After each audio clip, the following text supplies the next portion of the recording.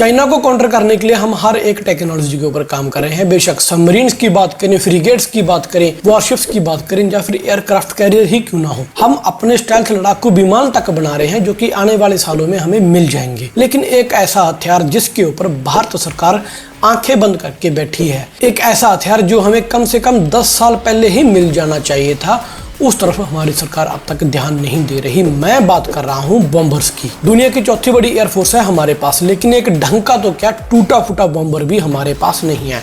बात करें हम चाइना की, तो चाइना ने 20 से 25 बॉम्बर हमारे बॉर्डर्स के ऊपर तैनात कर रखे हैं। जब जब इंडिया और चाइना के बीच तनाव बढ़ता है, तब चाइना अपने बॉम्बर्स लाकर इंडियन बॉर्डर्स के ऊपर खड़े कर देता है और हमारी सेनाओं के ऊपर प्रेशर डालता है। खैर, हमारी सरकार ने तो इस मसले में नहीं सोचा, लेकिन रशिया ने भारत की इस जरूरत को समझा। और आपको मालूम ही है कि कैसे नरेंद्र मोदी जी ब्रिक्स समिट में पुतिन के साथ मिले। जब हमारे पीएम मोदी जी रशिया में गए, वहां पर पुतिन और मोदी के बीच वायलेटर मीटिंग हुई, तो रिपोर्ट ये सामने निकल कर आ रही है कि रशिया ने अपना एक बॉम्बर Tu-140M इंडिया को ऑफर कर दिया।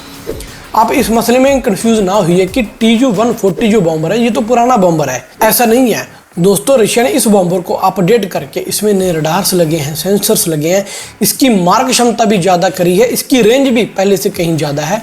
इसका एक अपडेटेड वर्जन बनाया है Tu-140M नाम से। अब इसी बॉम्बर को रशिया ने इंडिया को ऑफर कर दिया। ये बॉम्बर इतना खतरनाक है कि अपने साथ 20 से 25 मिसाइलें एक साथ लेकर जा सकता है। बात करें परमाणु बम की, इतने ज़्यादा परमाणु बम ये बॉम्बर अपने साथ लेकर जा सकता है कि पूरे पाकिस्तान को मिट्टी में मिलाने के लिए एक बॉम्बर ही काफ़ी है। जो ये हम बात कर रहे हैं ना टू फ्रंट वॉर की, अगर ये बॉम्बर हमारे पास 10 साल पहले आ जाते तो आज गेम कुछ और होती। हम टू फ्रंट वॉर की नहीं, सिर्फ एक फ्रंट वॉर चाइना के खिलाफ की बात कर रहे होते हैं। अब आपका सवाल होगा कि चाइना तो पीछे हट गया, अब तो चाइना और इंडिया के बीच युद्ध हो नहीं सकता। ऐसा नहीं है दोस्तों, ये हिंदी चीनी भाई भाई वाला नारा जो है अब हम कब का खत्म कर चुके हैं। चाइना और इंडिया का युद्ध होकर रहेगा, चाहे 1 साल में हो, चाहे 2 साल में हो, चाहे 3 साल में हो। वो कुछ जियोपॉलिटिकल रीजंस हैं जो मैंने इस वीडियो में कवर की हैं कि चाइना पीछे क्यों हटा। खैर, वापस बात करते हैं बॉम्बर्स की। इस बॉम्बर की जो रेंज है वो कम से कम 16 और ज़्यादा से ज़्यादा 18,000 किलोमीटर है। मान लीजिए LAC के ऊपर चाइना के साथ हमारा कोई तनाव ज़्यादा हो गया, कोई कॉन्फ्लिक्ट हो गया, हमने क्या करना है, एक बॉम्बर इंडिया से उड़ाना है, वो जाएगा साउथ चाइना सी में। सिर्फ एक राउंड ही उसका काफ़ी है, आधा चाइना प्रेशर में आ जाएगा। और ऐसा नहीं कि हमें ये बॉम्बर्स कोई 40-50 की संख्या में चाहिए। हमारी जियोग्राफिकल लोकेशन जो है वो ऐसी है कि हमें 4 से 5 बॉम्बर्स ही सफिशिएंट है अपने देश की सुरक्षा के लिए।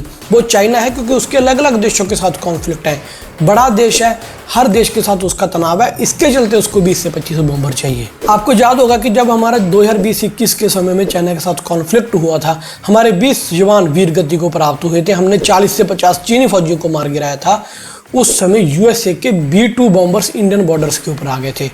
USA ने इंडियन ओशन से अपने बॉम्बर्स उड़ाए इंडिया की हेल्प के लिए, जिसके बाद चाइना के ऊपर इतना ज़्यादा प्रेशर हुआ, चाइना युद्ध जैसी सिचुएशन को एक्सीलेट कर ही नहीं पाया। उन बॉम्बर्स ने भारत का चक्कर भी लगाया था और रिपोर्ट ये सामने आई थी कि वो बॉम्बर्स भारत की तरफ से, भारत के ऊपर से उड़ते हुए चाइना के बॉर्डर्स को छू कर वापिस आए हैं। अब आपका सवाल होगा कि अगर ये बॉम्बर्स इतने ही खतरनाक है, चाइना इनसे डरता है, तो इनकी कीमत भी बहुत ज़्यादा होगी। ऐसा नहीं है दोस्तों।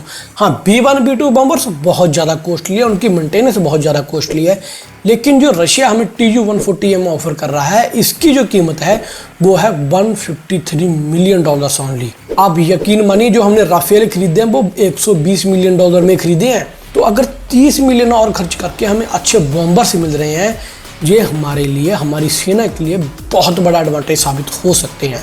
जब जब चाइना के साथ हमारा तनाव बढ़ेगा, हमने क्या करना है, साउथ चाइना सी में बॉम्बर्स भेजने हैं, चाइना के ऊपर से बॉम्बर्स फ्लाई कर देने हैं, आधा तनाव उसी जगह कम हो जाएगा।